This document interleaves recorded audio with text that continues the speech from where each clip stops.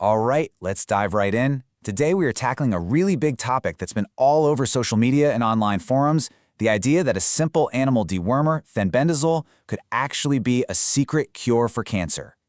We're going to dig in and separate the incredible hype from the hard scientific evidence. So if you've spent any time at all in online cancer support groups, you have almost definitely heard of FENBEN. It gets talked about as this hidden, cheap miracle cure. And the personal stories you read, they're incredibly powerful, and they just spread like wildfire, giving people a huge amount of hope. And this is really the heart of it, right? This is why the idea is so compelling. You see actual published case studies like this one, reports of patients who tried it and saw their cancer just disappear, go into complete remission. When you're desperately looking for an answer, a story like that is absolutely impossible to ignore. Okay, but here's where we have to pump the brakes a little and talk about a crucial difference. A case study like that, it can be a fascinating clue. It's like an anomaly that can point scientists in a whole new direction. But, and this is a huge but, it is not proof. For real proof, you need big, controlled clinical trials to show if something truly works, and just as important, if it's actually safe for a lot of people. So how do you test this theory then? I mean, researchers can't just start giving cancer patients an animal drug that has zero human safety data. That's just not ethical. So they did the next best thing. They found its closest chemical cousin, a drug that is approved and has been studied in humans, and they tested that instead. And that drug is called mebendazole. So you've got fenbendazole on one side, it's for animals, it's only backed by these stories, and on the other, you have mebendazole, its human-approved relative. Because they're so similar in structure, it makes it the perfect stand-in to test the theory scientifically in a real, proper clinical trial. All right, so the stage is set. Let's look at what happened in the clinical trials. This is where a really promising online theory meets the cold, hard reality of scientific research. So, a team of researchers in Sweden set up a phase 2 trial. They enrolled patients who had advanced digestive cancers, people whose standard treatments had unfortunately already stopped working. They gave them mebendazole, hoping it could offer them a new lifeline. Everyone was really hoping for a breakthrough here.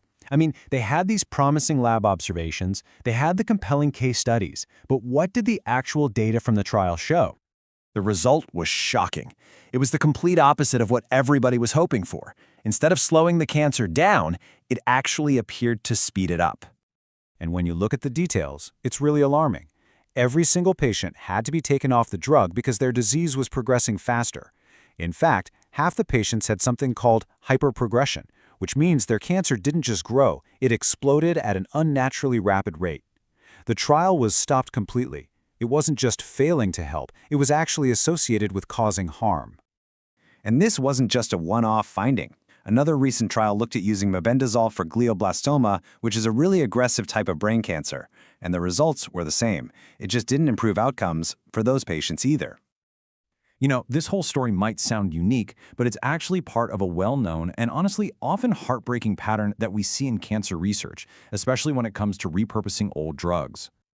Let's talk about metformin for a second. It's a super common, safe diabetes drug. For years, lab studies and population data suggested it might have these incredible anti-cancer effects. The excitement around it was just enormous. It looked like the perfect drug to repurpose. And this quote just hits the nail on the head. It perfectly explains the problem. In the lab, in a petri dish, everything can look fantastic. The logic is solid, the early evidence is strong, but the human body is just unbelievably complex. And there are always unexpected off-target effects when you move into a real patient. And those unexpected effects, they can be absolutely devastating. In one major trial, when metformin was added to standard chemo for advanced lung cancer in non-diabetics, the patients who got metformin had nearly 4 times lower overall survival.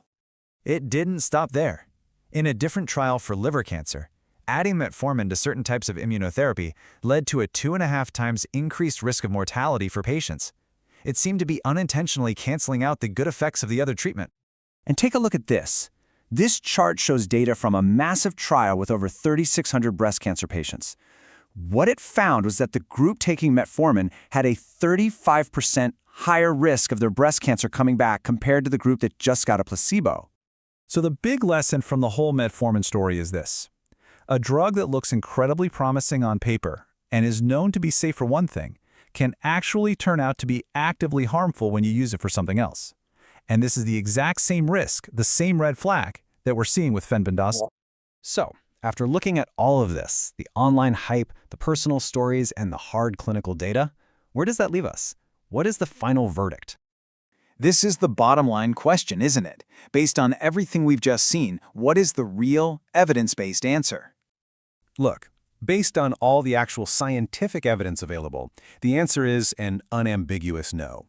It's not just that there are no human safety guidelines or dosing instructions for fenbendazole itself. It's that the most rigorous trials on its closest human cousin show a really clear and frankly scary pattern.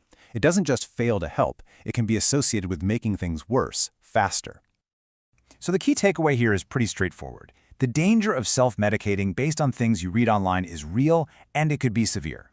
The absolute safest and best path forward is always to work directly with your oncologist and your medical team to explore all the treatment options that are backed by real, vetted clinical evidence. And that really leaves us with this one final thought.